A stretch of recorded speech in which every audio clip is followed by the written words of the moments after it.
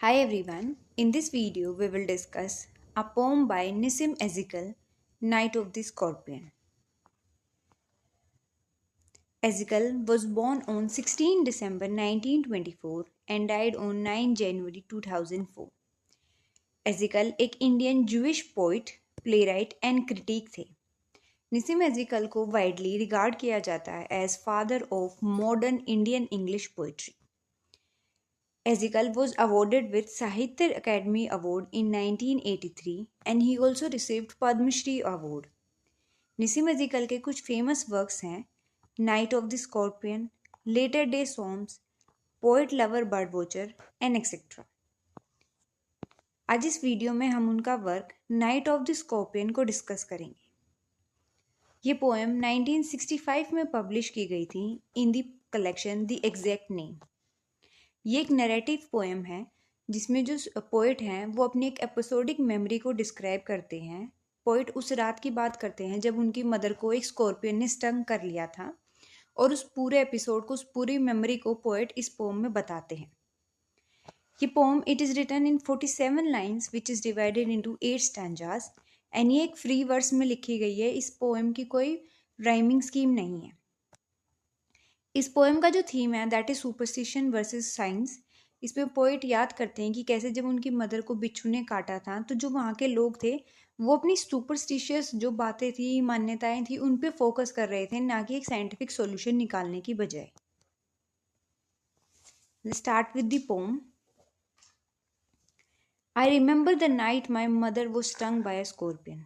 तो पोइट कहते कि मुझे वो रात बिल्कुल याद है जब मेरी मदर को एक बिच्छू ने काटा था। 10 hours of steady rain had driven him to crawl beneath a sack of rice. तो यहाँ पोइट उस स्कॉर्पियन की, उस बिच्छू की बात करते हैं। तो पोइट बताते हैं कि उस रात इतनी बारिश हो रही थी, लगभग 10 घंटे हो गए थे बारिश होते हुए। तो शायद यही वजह थी कि जो स्कॉर्पियन था वो एक सैक ऑफ राइस यानी चावल की बोरी के नीचे क्रॉल कर गया था, क्योंकि जिस छेद में या जिस जगह पे वो रहता था वहाँ भी बारिश की वजह से पानी भर गया था। तो वो चावलों की बोरी के नीचे जाके छुप गया था। पार्टिंग विद हिज पॉइजन, और वो अपने पॉइजन से अलग हो गया था क्योंकि उसने अब पोइट की मदर को स्टिंग कर लिया है। Flash of diabolic tail in the dark room. तो जो उसकी डायबोलिक टेल है, जो उसकी जो मुड़ा हुआ जो उसका डंक होता है बिच्छू का, वो बहुत ही सर्कुलर वे में होता है, इसलिए उसको डायबोलिक बोला जाता है। ही रिस्क द रेन अगेन, और वो उसको स्टिंग करके, वो अपने उसकी पोइट की मदर को स्टिंग करके अपना जहर छोड़ के, अपनी जहर से अलग होके वो अब दोबारा रेन में चला गया है। अब दोबारा वो बारिश में चला गया है। The peasants came like swamps of flies. तो अब पोइट बताते हैं कि वहाँ पे जो किसान काम कर रहे थे वो इस तरीके से आए जैसे एक मक्खियों का झुंड आता, मतलब बहुत सारे लोग एकदम से आए, वहाँ के जो नेबर्स थे सब लोग। एंड बर्ज the name of a God 100 times. और वहाँ के जब उन्होंने पोइट की मदर को देखा तो वो भगवान का नाम जो है वो चैंट करने लगे। उन्होंने करीबन 100 बार भगवान का जो नाम है वो चैंट किया था। To paralyse the evil one, किस लिए? ये सोच के कि जो इविल वन है, जो कि डेविल है, जो कि यहाँ पे स्कॉर्पियन का जो जहर है वो पैरालाइज हो जाए और जो पोइट की मदर उनको ज़्यादा दुख ना हो। With candles and lanterns growing giant scorpion shadows. और वो सब अपने अपने साथ कैंडल्स लेके आए थे, लालटेन्स लेके आए थे लाइट के लिए, जिसकी वजह से जो स्कॉर्पियन जैसी शेडो, जो कि शेडो है वो बन रही थी और वो स्कॉर्पियन जैसी लग रही थी। On the mud baked walls they search for him. और जो शेडोज हैं वो मड बेक्ड वॉल्स पे थी। तो जो पहले के टाइम पे झोपड़ियाँ होती थी वो मिट्टी की बनी होती थी, मड की, तो इसलिए जो वॉल्स है वो भी मड बेक्ड थी। और उन वॉल्स पे जो स्कॉर्पियन की शेडो थी वो बहुत ही जायंट रूप में दिख रही थी, क्योंकि जो पीजेंट्स है वो अपने साथ लालटेन्स और कैंडल्स लेके आए थे। They search for him, he was not found. और जो भी पीजेंट्स हैं उन्होंने उस बिच्छू को, स्कॉर्पियन को ढूंढा, लेकिन वो उन्हें कहीं नहीं मिला। दे क्लिक देयर टंग्स, और उन्होंने या तो हार के टंग को क्लिक किया कि वो मिल नहीं रहा है, या फिर वो साउंड्स बनाई उसको डराने के लिए कि ताकि जो स्कॉर्पियन है वो अपनी जगह से मूव करे, उनको दिख जाए। With every movement that the scorpion made his poison moved in my mother's blood, they said. और उन्होंने कहा कि जितनी मूवमेंट जो ये स्कॉर्पियन करेगा जितना ये आगे बढ़ेगा उतना ही उस स्कॉर्पियन का जो जहर है पोइट की मदर की बॉडी में वो भी मूव करता जाएगा, वो भी बढ़ता जाएगा, ऐसा उन पीजेंट्स ने कहा। मे ही सिट स्टिल दे सेड, और उन्होंने कहा कि जो वो स्कॉर्पियन है काश वो आराम से बैठ जाए, आराम से ही वो एक जगह रह जाए। May the sins of your previous birth be burned away tonight they said, और उन्होंने कहा पोइट की मदर को देखते हुए कि जो तुम्हें ये तकलीफ हो रही है इस डंग की वजह से, इस जहर की वजह से, ये तुम्हारे जो पिछले जन्म के जो सिंस थे, पाप थे, उसको भी जला देगी, उनको भी ख़त्म कर देगी। मे your suffering decrease the misfortunes of your next birth they said, और उन्होंने कहा कि जो तुम्हें तकलीफ अभी हो रही है, जो तुम्हें दर्द अभी महसूस कर रहा है, ये दर्द अब तुम्हें महसूस हो रहा है तो तुम्हारे अगले जन्म में तुम्हें कोई भी सफरिंग नहीं मिलेगा, कोई भी दर्द नहीं मिलेगा, क्योंकि तुम बहुत ज़्यादा दर्द अभी झेल रही हो। May the sum of all evil balanced in this unreal world against the sum of good become diminished by your pain.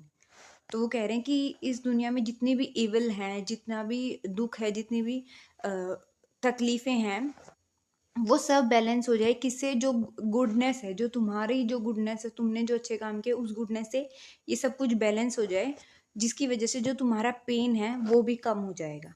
तो वो जो ये पीजेंट्स हैं वो इतनी सुपरस्टिशियस बात कर रहे हैं कि पिछले जन्म के जो दुख हैं वो कम हो जाएंगे, आगे की सफरिंग्स नहीं होंगी, पर वो इस चीज़ का कोई भी इलाज ढूंढने की कोशिश नहीं कर रहे हैं। Next this is may the poison purify your flesh of desire. तो बोलते हैं कि जो जहर तुम्हारे अंदर गया है वो तुम्हारी फ्लैश यानी तुम्हारी बॉडी में जितनी भी डिज़ायर है, ग्रीड है, लस्ट है, जो भी है, ये सारी जो गलत डिज़ायर्स है तुम्हारे अंदर उसको प्योरीफाई कर देगा, उसको ख़त्म कर देगा। And your spirit of ambition this said, और तुम्हारे अंदर जितना भी एम्बिशन है, यानी तुम्हारे जो अंदर जितनी गलत क्वालिटीज़ हैं, जितनी गलत फीलिंग्स हैं डिज़ायर की या एम्बिशन की, वो सब कुछ ये जो पॉइजन है ये जाके प्योरीफाई कर देगा, उसको अच्छाई में बदल देगा, उन्होंने कहा। And they sat around on the floor with my mother in centre, और क्योंकि उनकी मदर जो वहाँ पे लेटी हुई थी उसके चारों तरफ जो पीजेंट्स है वो लोग बैठ जाते हैं और वही सब बातें बोलते हैं। The peace of understanding on each face, और वो जो जितने भी पीजेंट्स वहाँ पे आए थे उनके फेस पे एक अंडरस्टैंडिंग की वाली छाया थी। वो समझ रहे थे कि जो पोइट है उसकी मदर को कितना दर्द हो रहा है, कितने दर्द से वो भी जा रही हैं, लेकिन वो बातें वही सुपरस्टिशन वाली कर रहे थे कि तुम प्योरीफाई हो जाओगी, ये तकलीफ है, पिछले जन्म के जो दुख हैं वो कट जाएंगे, आगे की सफरिंग्स कम हो जाएंगी। More candles, more lanterns, more neighbours, more insects and the endless rain. तो पोइट बताते हैं कि जैसे जैसे टाइम बढ़ता गया तो वहाँ पे और ज़्यादा कैंडल्स जलाने लगे, और ज़्यादा जो लालटेन से लाइट के लिए वो आने लगे, जो नेबर से वो भी आने लगे, यानी लोग और ज़्यादा आने लगे। और मोर इंसेक्ट्स, वहाँ भी इंसेक्ट्स भी बढ़ गए उनके घर में, क्योंकि जब हम कैंडल जलाते तो जो छोटे छोटे इंसेक्ट्स होते हैं, फ्लाइज होती हैं, वो कैंडल से के पास आती है, तो इसकी वजह से इंसेक्ट्स भी बढ़ गए। और जो बारिश है वो अभी रुकी नहीं थी, बारिश भी होने ही लग रही थी। My mother twisted through and through groaning on a mat, और उनकी जो मदर है पोइट की, क्योंकि उनको उनके शरीर में जहर फैल रहा था तो वो एक मैट पे ज़मीन पे लेटी हुई थी और वो दर्द से करा रही थी। उनका जो पेन है वो बढ़ता ही जा रहा था, वो अपनी बॉडी को ट्विस्ट कर रही थी इस पेन से गो थ्रू करने के लिए, और जो पीजेंट्स है वो वहाँ पे उनके चारों तरफ बैठे थे। My father sceptic rationalist trying every curse and blessing. तो पोइट अब अपने फादर के बारे में बताते हैं। जो पोइट के फादर हैं वो रैशनलिस्ट थे, वो इन सब चीज़ों में मानते थे, लेकिन वो प्रैक्टिकलिटी को भी अंडरस्टैंड करते थे। तो उनकी मदर, पोइट की मदर को दर्द से देखते, जहर से बचाने के लिए उन्होंने सब कुछ ट्राई किया, एवरी कर्स एंड ब्लेसिंग, जो भी उनको मंत्र आता था, जो भी उनको ब्लेसिंग आती थी, powder, mixture, hub and hybrid, जितने भी उनको नुस्खे आते थे साइंस के, दवाइयों के, ब्लेसिंग से, सब उन्होंने ट्राई किया। He even poured a little paraffin upon the bitten toe and put a match to it, और जहाँ पे जिस टो पे जिस अंगूठे पे उनकी मदर को बिच्छू ने डंक किया था उस पे भी उन्होंने एक पैराफिन ऑयल लगाया और वहाँ पे मैच लगा दिया, यानी उनमें मैस्टिक से आग लगा दी, ये सोच के कि जो जहर है वो उससे कम हो जाएगा इस आग से। आई watch the flame feeding on my mother, और तो पोइट बताते हैं कि मैंने उस आग को अपनी मदर के पैरों पे फैलते हुए देखा कि कैसे जो वो आग है वो मेरी मदर के शरीर पे फीड कर रही है। I watch the holy man perform his rites to tame the poison with an incantation. और वो बताते कि जो होली मैन वहाँ पे थे, जो पंडित वहाँ पे प्रेजेंट थे उन पीजेंट्स के साथ, कैसे उन्होंने इनकेंटेशन यानी मंत्रों का जाप किया उस पॉइजन को टेम करने के लिए, उस पॉइजन को रोकने के लिए, काबू में करने के लिए। After 20 hours it lost its sting. तो पोएट बताते कि 20 घंटे बाद जो बिच्छू का जो जहर था, बिच्छू का जो डंग था, स्टंग किया था उसकी मदर को, वो खत्म हो गया और उसका जो जहर है वो भी खत्म, उसका जो असर है वो कम होने लगा। My mother only said thank God the scorpion picked on me and spared my children. और उनकी मदर जब ठीक हुई, दर्द से ठीक हुई, तो उनकी मदर ने सिर्फ ये कहा कि थैंक गॉड, भगवान का वो शुक्रिया करते हैं कि जो स्कॉर्पियन है, वो बिच्छू है, उन्होंने उनको स्टंग किया, ना कि उनको चिल्ड्रन का, उनके जो बच्चे हैं वो बच गए और वो इस दर्द से गो थ्रू हुई। तो लास्ट 3 लाइन्स में हमें मदरली लव का पता चलता है। पोइट बताते हैं कि कैसे उनकी मदर इस चीज़ के लिए थैंक यू कर रही थी कि उनको दर्द हुआ, उनके बच्चों को नहीं हुआ, एंड नॉट अबाउट कि वो ठीक हो गई हैं।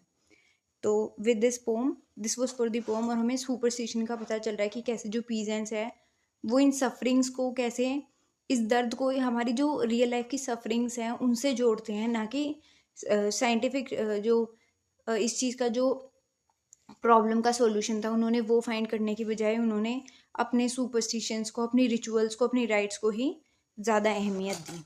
And this was for the poem. Thank you for the video.